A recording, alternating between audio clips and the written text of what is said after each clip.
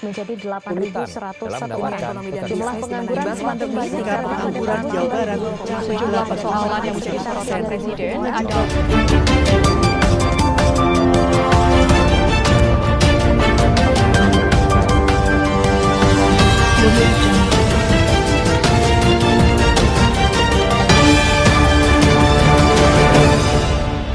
Di era Presiden Joko Widodo terungkap diantaranya banyak lulusan pengangguran tinggi yang hanya mau bekerja di tempat tertentu. Hal lainnya banyak lulusan yang tidak memenuhi standar kualifikasi keterampilan yang ditetapkan dunia kerja. Berdasarkan berita tadi, terlihat bahwa pengangguran di Indonesia tergolong masih sangat banyak. Ternyata jenis-jenis pengangguran di Indonesia itu ada beberapa jenis, seperti pengangguran terbuka, pengangguran terselubung, dan pengangguran musiman. Jadi di video kali ini izinkan kami dari kelompok 2 untuk memberikan pendapat kami mengenai pengangguran.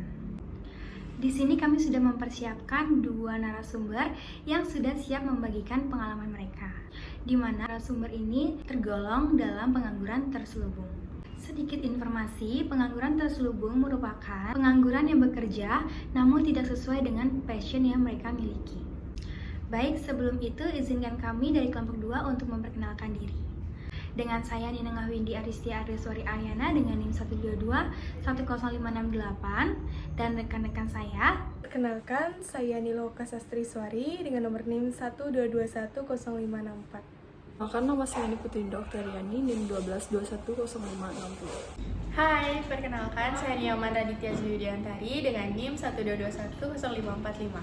Perkenalkan, nama saya Nimade Ayu Ratnase dengan NIM 122100542. Perkenalkan, nama saya Nyoman Widya Saputra, NIM 122-10579.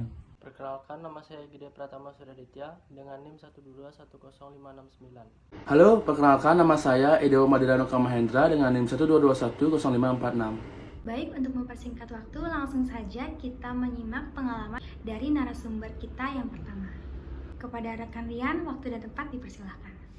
Baik, terima kasih atas waktunya. Halo semua, saya Rian dan di kesempatan kali ini saya sudah bersama pembicara yang siap membagikan pengalamannya. Nah, untuk menjaga privasi dari pembicara kami tidak akan memperlihatkan wajahnya dan identitasnya. Sebelumnya, terima kasih banyak sudah mau meluangkan waktunya untuk menjadi pembicara kita hari ini. Iya, aman. Di sini saya sudah menyiapkan beberapa pertanyaan nih Kak untuk Kakak. Yang pertama Kak, aku pengen tahu kegiatan Kakak sehari-hari ngapain aja Kak?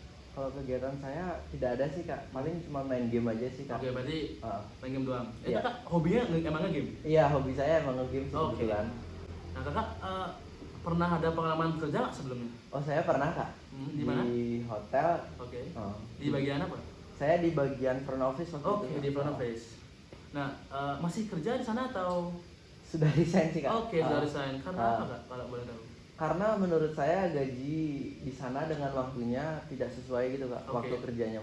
Emang waktu kerjanya dari jam berapa sampai jam berapa Kak? Waktu itu kalau tidak salah saya kerja tuh dari jam 11 malam sampai jam 8 pagi sih Kak. Wow, berarti Kakak merasa dengan waktu dengan jam kerja seperti itu dengan gajinya itu tidak cocok berarti? Iya Kak. Oke. Kakak sedang berkuliah atau enggak untuk saat ini? Saat ini saya tidak kuliah sih Kak. Ada keinginan untuk melanjutkan kuliah ke depannya? Kalau saya ke depannya tuh belum kepikiran sih Kak, karena saya belum tahu saya akan mengambil jurusan apa di perkuliahan nanti Kak. Oke. Ini Kak, kita balik ke topik tadi yang ngomongin tentang pekerjaan. Apabila nih Kak ada kesempatan untuk memilih bekerja kembali, Kakak pengen bekerja di bidang apa Kak dan alasannya? Kalau saya dari dulu ingin bekerja di bidang IT sih Kak. Oke. Soalnya saya dulu SMK ngambil jurusan IT sih Kak. Oke, berarti ada basic di bidang IT berarti Kak ya? Saya ada basic di situ. Oke. Nih kalau lagi nih ya, misalkan ada pilihan lagi nih untuk Kakak. Kakak bakal milih bekerja atau melanjutkan kuliah?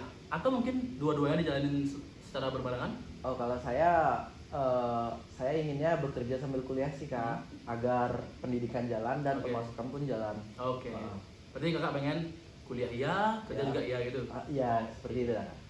Oke, baik deh. Itu sekian sharing session yang bisa kami sampaikan oleh pembicara kami hari ini.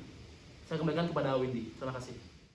Nah, itu dia sharing session dari pembicara pertama kita.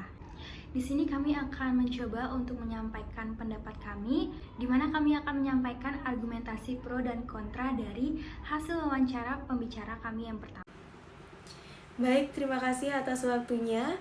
Di sini saya akan menyampaikan argumen pro dan kontra pada narasumber 1. Argumen pro pada narasumber 1 menyatakan, nah, jadi pilihan yang sangat tepat ya, karena memang benar memiliki hasil gaji yang tidak sesuai dengan jam kerja itu dapat menyebabkan ketidakseimbangan dalam hidup dan kerja kita. Dan juga memilih untuk resign dapat memberi kesempatan untuk menyeimbangkan prioritas hidup dan kerja.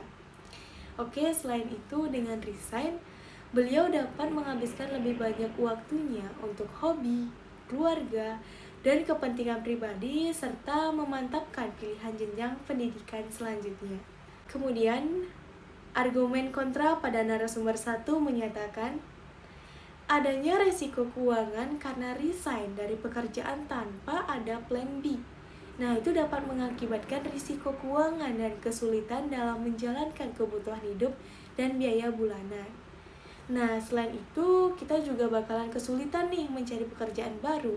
Sehingga dalam situasi yang sulit di mana banyak pekerja yang dirumahkan atau kehilangan pekerjaan, mencari pekerjaan baru dapat menjadi lebih sangat sulit.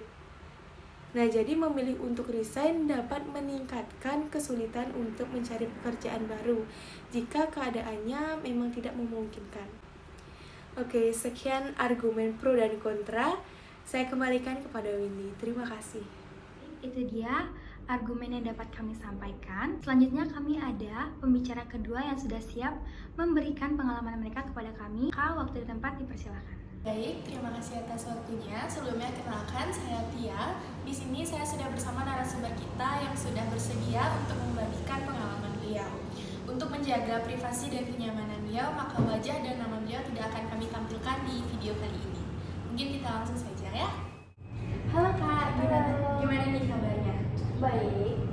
Sebelumnya saya mau ucapin terima kasih karena kakak sudah mau ingin membagikan pengalaman kakak kepada kami di sini.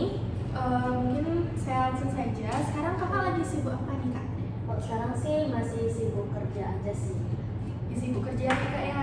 Kalau boleh tahu pekerjaan kakak sekarang apakah sesuai sama passion kakak sebelumnya? Kebetulan tidak, karena sebelumnya passionnya itu di bidang kesehatan dan sekarang di bidang perhotelan, sangat berbeda. Ya. Berarti tidak sesuai passion kakak yang sudah kakak punya nih Kak? Iya. Kalau boleh tahu apa alasan kakak mau bekerja di luar passion yang udah kakak punya? Alasannya itu kan kalau di bidang kesehatan itu harus ada profesinya, terus ada surat izin untuk prakteknya juga, jadi agak susah untuk bekerja di bidang kesehatan. Jadi saya memilih untuk di bidang ini karena mungkin masih bisa dipelajari tanpa harus bersekolah atau seperti itu. Kalau kakak dikasih pilihan nih, kakak mau bekerja sesuai dengan passion atau bekerja di luar passion kakak yang seperti sekarang ini? Kalau semuanya bagus sih di bidang kedua-duanya juga sama, cuman kalau disuruh milih bagusan bidang lebih baik saya milih ini karena sekarang ya jadi udah nyaman di sini. Kalau ada kesempatan nih Kak, kakak mau nggak bekerja sesuai dengan passion kakak sebelumnya? Kalau ada kesempatan, I will try it, but kalau misalnya sesuai, why not gitu kan? Jadi coba aja ya Kak ya, mumpung ada kesempatan. Kalau ada peluang, kakak mau bekerja di bidang apa dan apa alasannya?